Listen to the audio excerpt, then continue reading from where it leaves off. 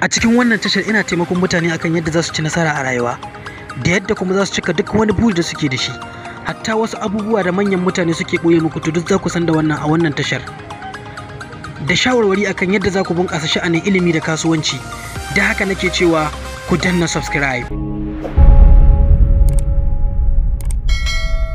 Yadda za ka cika burinka koma wanne iri ne. Hausawa na cewa ana yabonka a sallah amma ka kasa alwala. Kowa ka taba a duniyan nan zai ce yana da wani buri da yake so ya cika, amma kuma ba kowa ne yake bin matakan da suka dace ba domin cikar wannan burin nasa. Abin da nake nufi a nan shine akwai matakai da ya kamata ka bi matukar kana so ka cika burinka koma wanne iri ne. Zan bayyana muku matakan, ku biyo ni a cikin wannan bidiyon. Ka tuna shekarar da ta wuce? Ka tuna abubuwan da kace zaka aikata, cewa zaka yi kuɗi, cewa zaka kafa sabon kasuwanci, cewa zaka zama babban mutum, cewa zaka taimaki waɗanda ba su da ƙarfi, cewa zaka koma makaranta, cewa zaka zo na ɗaya a ajinka. Tabbas akwai aƙalla abu ɗaya daga cikin waɗannan wanda ka so ka cimma, koma wanda ba ambata ba. Yanzu tsaya ka lura, ka ga cewa shin ka cimma wannan burin naka. Lura cewa shin ka yi abin da kace zaka yi. A'a, baka yi ba ko? Ka kalli wannan bidiyon har ƙarshe, zaka san yadda zaka cika burinka na wannan shekarar.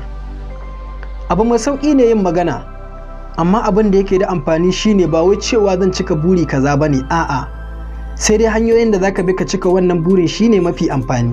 Abin da ke faruwa idan ka ce zaka cika buri kaza, farkon abin zaka ga cewa kana son ka cika wannan burin, amma a kwana a tashi wannan sha'awar sai ta fara ragewa, har ka manta da burin da kake son cikawa.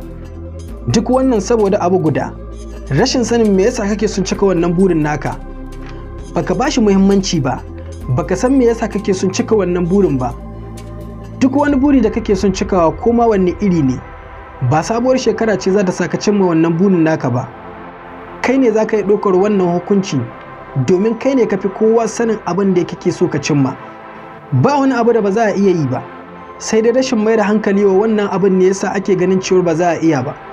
Akwai abubuwa guda 4 da suke hana ku cimma burinku. Na farko shine gwada burge mutane. Me za ka samu don ka burge mutane? Ko da ka yi nasarar burge su to sai me? Ba abin da za ka samu don ka burge mutane. Lokacinka ne kawai kake batawa. Shi wanda kake son burgewa, watakila bai ma damu da kai ba ruwan shi da kai. Amma kai kana nan kana bata lokacinka, kana kashe kanka wurin burge mutumin da ba ma ruwansa da kai. Idan ka kasance kana wannan, to ka sani lokaci yayi da ya kamata ka daina. Na biyu shine cewa sai gobe zan yi kaza. Akwai wani abu da ya kamata ka yi, amma a koda yaushe kana cewa sai gobe zan yi. Waye baka tabbacin cewar gobe za ta riske ka? Duk abin da kake son yi mai amfani, to ƙara ma ka yi shi a yanzu. Gobe ba za ta taɓa zuwa ba. Lokaci guda ne yake ta maimaituwa a koda yaushe. Rana guda ce ke fitowa tana faɗuwa kullum. Wuni ɗaya ne yake ta maimaituwa. Sunaye ne kawai ke canzawa. Ba lokaci ne zai canza ka ba, a'a. Kai ne sarkin da zaka iya canza rayuwarka a kowane lokaci ka so.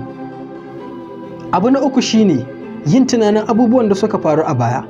A baya akwai abubuwan da ka kasance baka yi su daidai ba, ko kuma an yi ma wani abu wanda baka ji daɗinsa ba. Misali an zage ka, ko an kore ka, ko an wulaƙanta ka. To ɓata lokacin me za ka yi wurin tunanin abin da ya riga da ya wuce? Maimakon haka, tsaya ka gyara rayuwarka, tsaya ka gyara kusakuran da kai a baya.